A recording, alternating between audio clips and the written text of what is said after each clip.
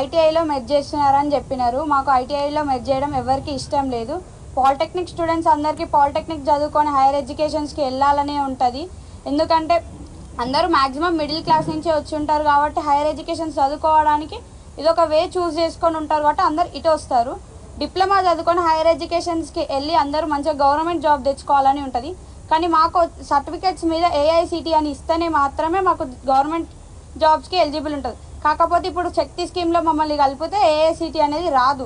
So మాకు government jobs eligible ఉండదు. కాబట్టి మాకు ఆ సర్టిఫికేట్స్ ఇచ్చి కూడా వేస్ట్. కాబట్టి ఇప్పుడు ఇంకొక కొన్ని రోజులలో థర్డ్ ఇయర్ వాళ్ళది కాలేజ్ అయిపోతుంది, వాళ్ళు ఇండస్ట్రియల్ ట్రైనింగ్కి వెళ్తారు.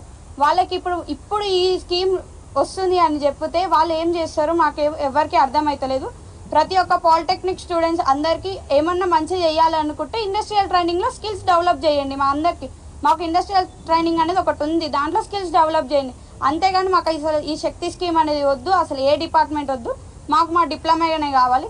ఒకవేళ ఇది కనుక జియో నెంబర్ 97 కనుక రద్దు చేయకపోతే ఏ పాలిటెక్నిక్ స్టూడెంట్స్ కూడా క్లాసెస్కి వెళ్ళరు అని చెప్పేసి తెలుస్తుంది. అందరూ రోజు ప్రొటెస్టులు చేస్తున్నారు, క్లాసెస్ మిస్ అవుతున్నారు, ఎగ్జామ్స్ కూడా ఉంటున్నాయి. మీరు కనుక జియో 97 మాత్రం రద్దు చేయాలని కోరుకుంటున్నాం. Thank you.